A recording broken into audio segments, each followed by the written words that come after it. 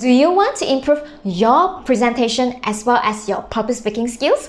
If let's say you want to do so, remember to stay tuned to the end.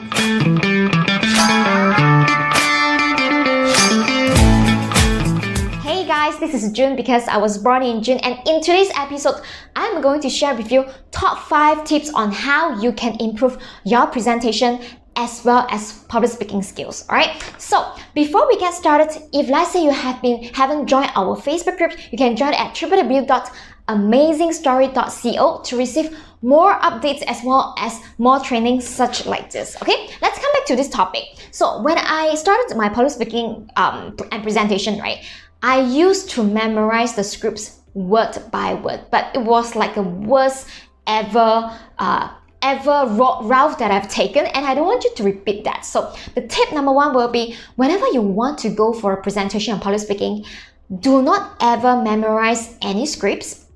What I want you to do is to prepare. You can be preparing like a small piece of paper. I actually prepare a big piece of paper, okay? Okay, so if let's say it's on the stage, I will probably prepare such a small piece, and this small piece will technically tell me the framework to remind me of the specific point that I want to say, right? So for example, perhaps on this paper, I will just write the tip number 1. Don't ever memorize. And then on each tip or on each topic, I will actually talk about descriptions as well as a story of my own. Like, why did I say like do not memorize? Because this is what happened to me when I was really young. I'm not like an English speaker. I don't actually speak English until I was like 22 years old. So I'm not a native speaker. So what happened is that whenever I need to do any presentation especially in English, I had the tendency to memorize the entire script. So what happened? Whenever I forgotten one word or one specific phrase or one specific sentence, I'm blank, like totally blank, and I do not know what to continue next. So that's the reason why that you shouldn't memorize the script, because whenever you memorize the script, you have a very fixed mindset and framework, and whenever one word or one phrase is missing, you kind of like blank. But when you don't actually memorize that, you are just following through a framework.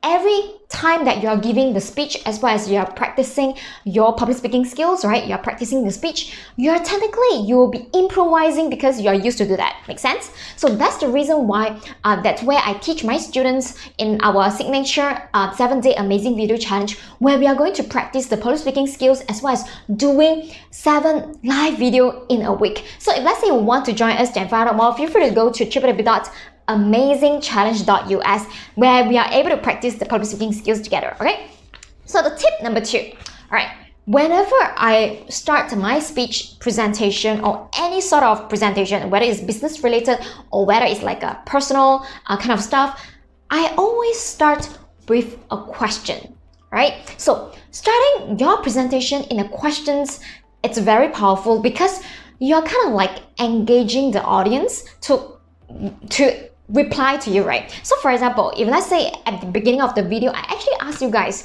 do you want to improve your public speaking skills? When I ask that questions, you will actually answer, yeah, I would like to love that. I would love to know that. So that's where you'll continue watching. Make sense? So the very powerful word is some wording that suggests imagination. For example, can use like what if, right? Because what if it's signifies that you can imagine. So for example, what if I tell you employ these 5 tips so easily, use these 5 tips and use them so easily, and you're able to improve your public speaking skills? What if I told you at the end of this episode, you are able to master 5 secrets of public speaking? All right. So when you use the wording what if, you actually arouse the curiosity of your audience as well as engage them, because they will be answering your question in their mind. Make sense?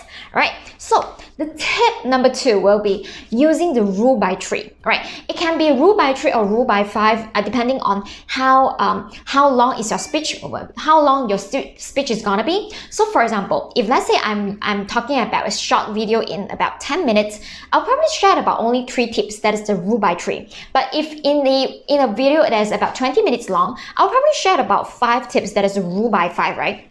So what you can do is that in any speech that you have, you'll be having an opening, like starting with the questions that I told you guys, and then after that you will have the content, right? So the content, you can always use the rule by three, the framework, right? So which means you're going to share tip 1. So every tip 1 that I share, I will actually share with a story, all right? Tip 2, you will actually share with a description or a story, right? So that is one thing that you can use as well. So tip number 3 is using gesture. All right, using gesture is a way to drag back the attention, all right, to catch the attention of the audience, because they see the screen is moving. So one thing is actually using gesture. So if let's say you're doing the presentation in like a physical event, in a physical location, right, you can't use prop or walk, right? You can change direction of how you deal with the audience. And obviously right now we are just using the video base. That's where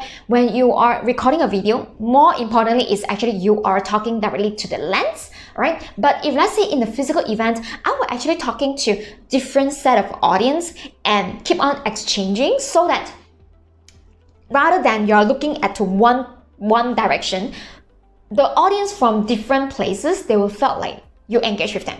Make sense? So that's the third one. And the next one will be one thing that is so easy. A lot of you guys, including myself, right, when I first starting out giving the speech, I was like so super nervous. So this is what you need to do. All right, for every speech that I gave, when I was pretty new, I actually practiced so many different times in front of the mirror, because I want to see how I act. Do I act confident? I know that some of you guys will feel like, oh, so nervous because maybe it's your first time, right? But you know what? Confidence can be practiced, because the more times that you practice in front of a mirror, seeing yourself how you are delivering the speech, the more confident you are.